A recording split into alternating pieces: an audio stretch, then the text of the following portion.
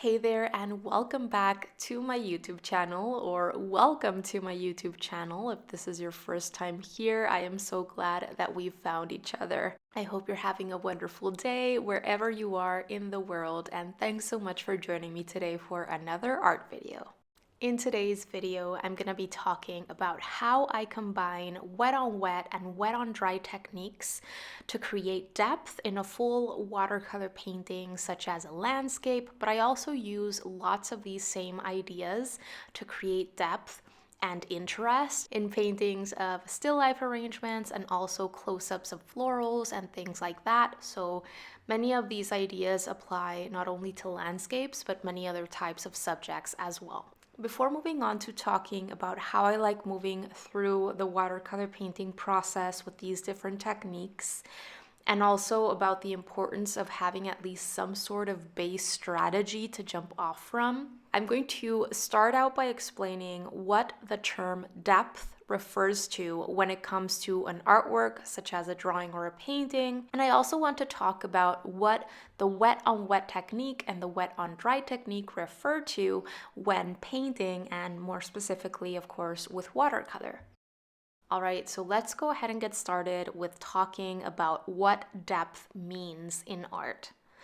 So as artists drawing or painting on flat two-dimensional surfaces, such as paper, canvas, a wall, or whatever it may be, if we're looking to create any sort of realism in our work, whether it's mid-levels of realism to higher levels of realism, we need to learn how to create optical illusions, such as something having three-dimensional form and volume and mass, but also to create depth, to create the illusion that we are standing or sitting in some sort of space, whether it's a closed indoors kind of space or an open outdoors kind of space, to make it seem like certain elements or subjects are closer to us as the viewer of the scene, and others are kind of a midway distance, and others are farther away.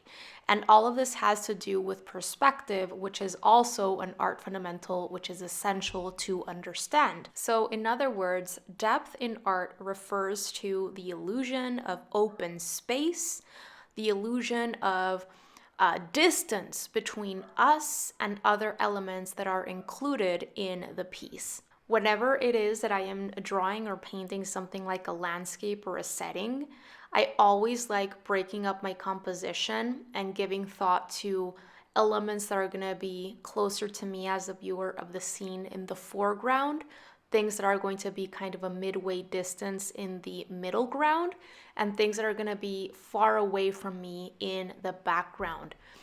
And just by giving thought to these things in those initial planning stages is already going to help me start thinking of how to create depth, because I am thinking of those layers and that distance between me as the viewer of the scene and those things that are farther away from me. And then after doing this, I start giving thought of the specific methods and techniques that are going to help me enhance that illusion of space and things being farther away and things being closer. When I forget about planning for things, at least in these three, let's call them layers, meaning the foreground, the middle ground, and the background, my pieces always end up looking pretty flat and uninteresting and not very believable, because in real life, at least in most cases, there is always going to be some amount of overlapping of elements, where elements are either partially or completely covering each other up because of where we are currently situated in relation to these different elements.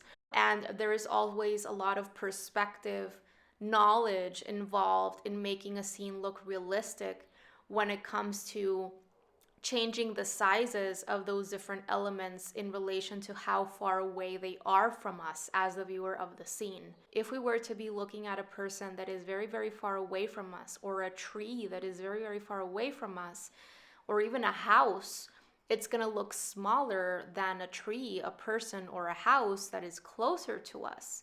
Something like a mountain, it's always going to be huge. It doesn't matter how far away you are from that mountain.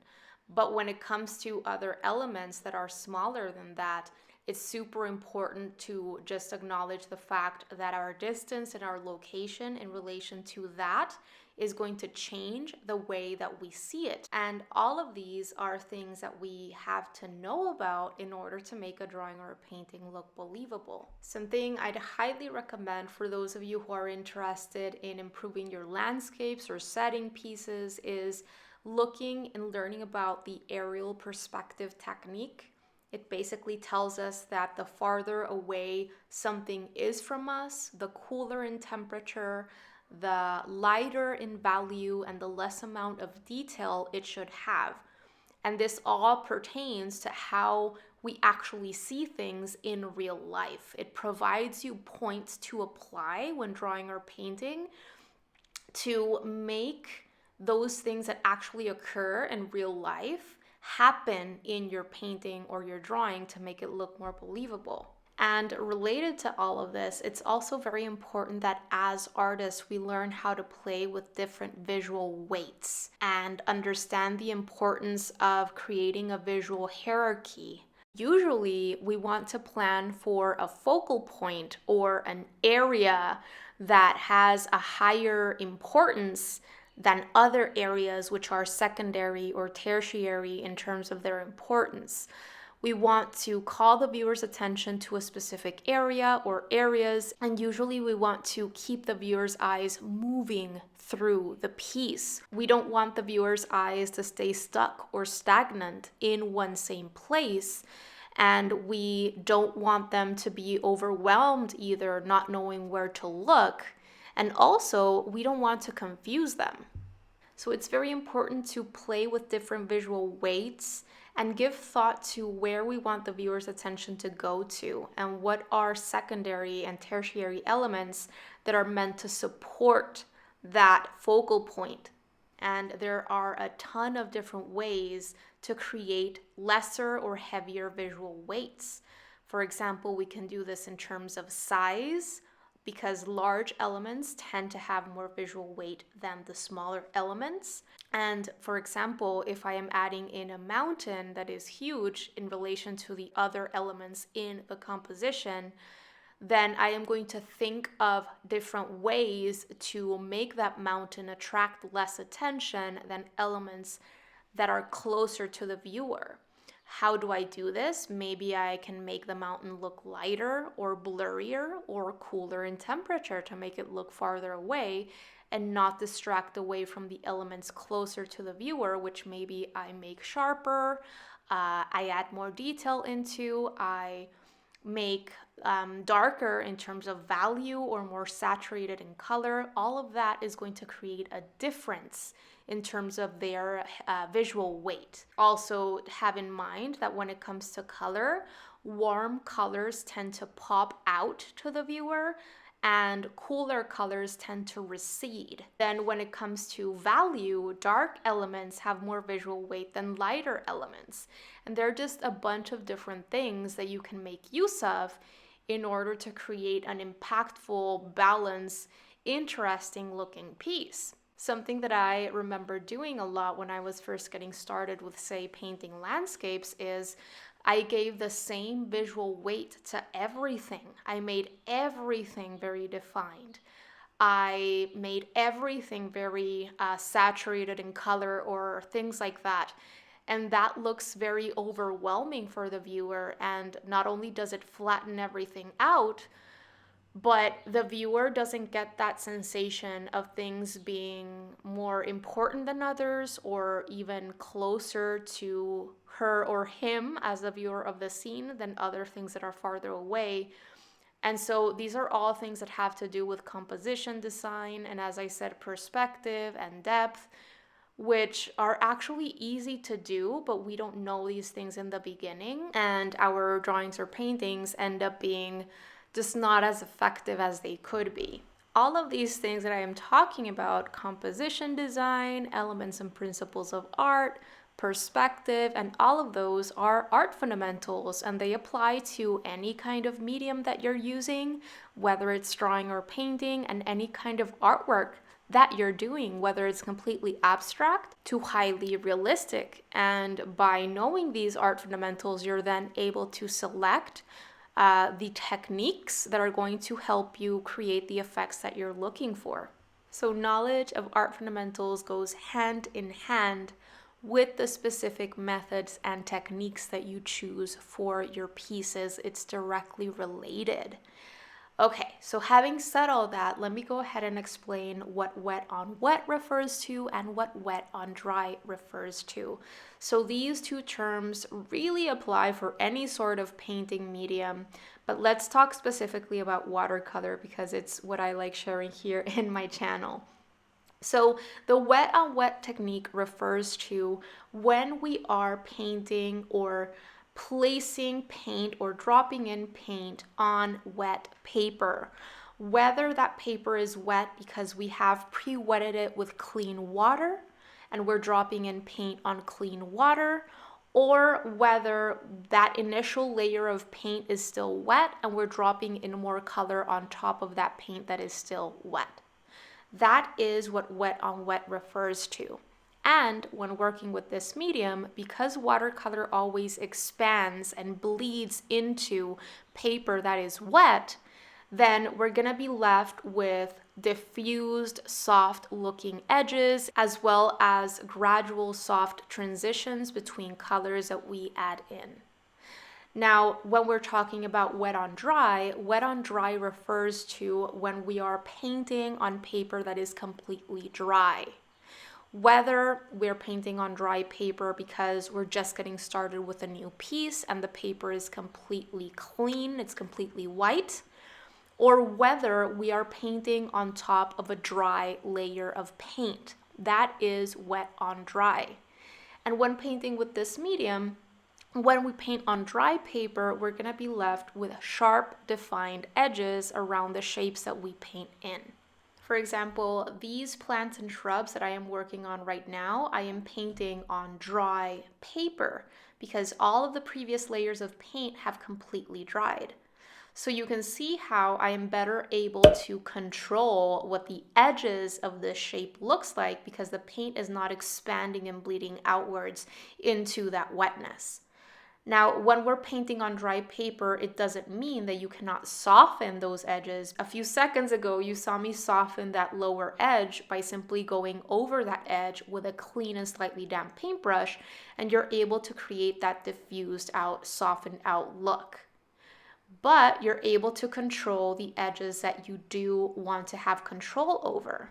Also, when you're painting in lines and marks, let's say you're painting a portrait and you're painting in things like eyelashes or the pupils of the eye, things like that, where you really want sharp defined edges and sharp lines, then it makes a lot of sense for you to wait for all of the previous layers to dry completely so that you don't create a mess, so that all of those details that you want sharp don't bleed out. The beginning layers of this painting, I used a ton of wet on wet. I was basically pre-wetting all of these different areas with clean water before going in and dropping in my color. And I made sure to do this pre-wetting because I was looking for those colors to merge together. I was looking for a blurred out kind of look. Even in the lavender flowers in the foreground that I knew that I would be adding sharper looking details into, I wanted to make sure that I first painted in some soft diffused out lavender flowers so that I could build on top of that. So at this point in the painting process, you can see how some of the lavender in the middle ground especially, I've left just blurred out. And you can see that contrast between the lavender flowers that I've created this second layer of paint on, wet on dry, versus those lavender flowers that are blurred out, bleeding into that green in the grass area. The ones that have the sharp and defined details look like they are closer to us. It makes sense because as humans, most of us see the things that are closer to us way more defined. We see more detail in the things that are closer to us than the things that are farther away. So this enhances that illusion of depth. And I do the same for the blades of grass. At the very end of this painting process, you're going to see me actually add in some blades of grass wet on dry, so that I can also create that illusion of some blades of grass being farther away. You can see right there how I've added some in while that paper was still wet, and they look way softer and way lighter than the ones that I'm going to be bringing in later, wet on dry, which are going to look darker and more defined. I remember when I was first getting started on my journey with watercolor, most of the paintings that I created were created primarily with wet on dry techniques. And I don't know if this was because I wanted to keep tighter control with what I was doing. And obviously, the more amount of water that you bring in, the more movement and the more organic, imperfect effects that happen. Or simply the fact that I didn't know any better. But as my journey with watercolor has progressed, I have come to understand how making a play with both wet on wet and wet on dry, almost in every single one of my pieces, it doesn't really matter what subject it is I am painting, usually leads to much more impactful, much more balanced, much more interesting looking pieces.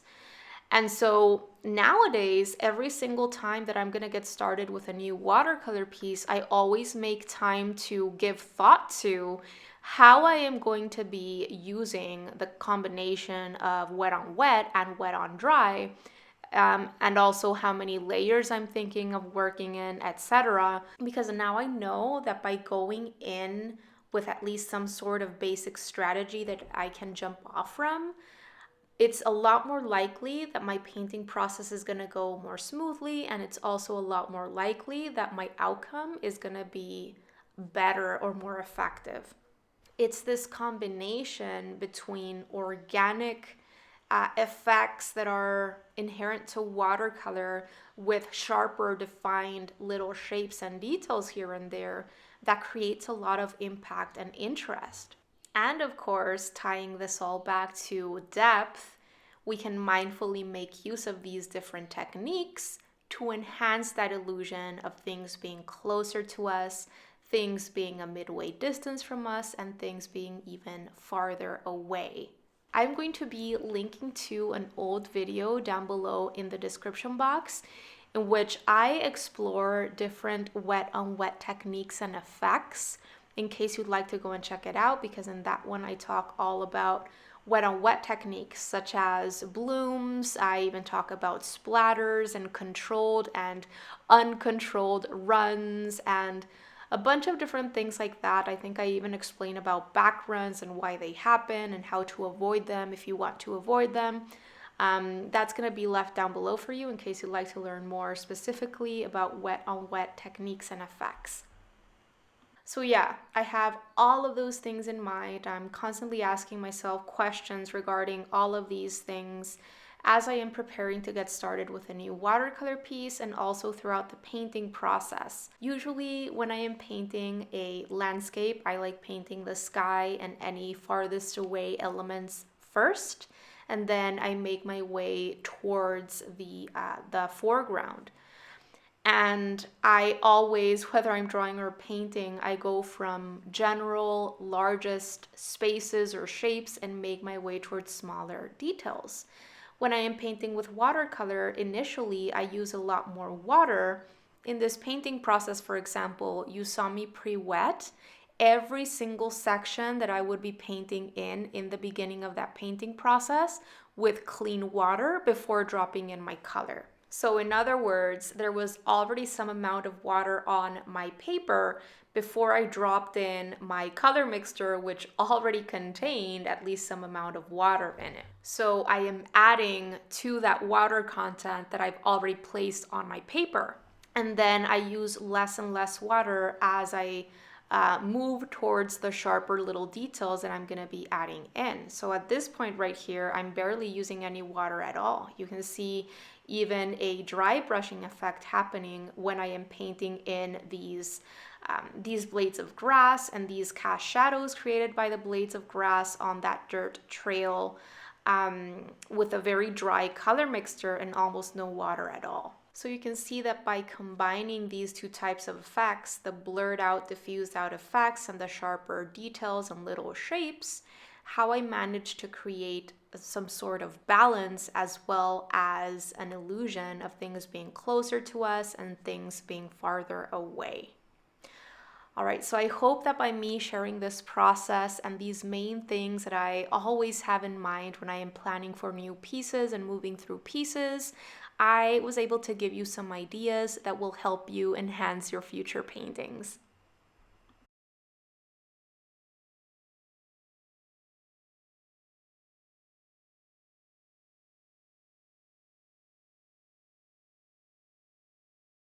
All right, everyone, that is going to do it for today's video. I really hope that you enjoyed it, that you learned something new, or that you found it inspiring. If you did like it, please make sure to give this video a thumbs up because it really helps support the work that I am doing here on YouTube and allows more artists to get to know about my channel. Thank you so very much for watching today. I really, really appreciate it. If you have any questions or comments for me, make sure to leave them down below in the comment section. I always love hearing from you guys and read every single one of your comments. Don't forget to subscribe so that I can see you next week for another video, and stay inspired. Bye guys!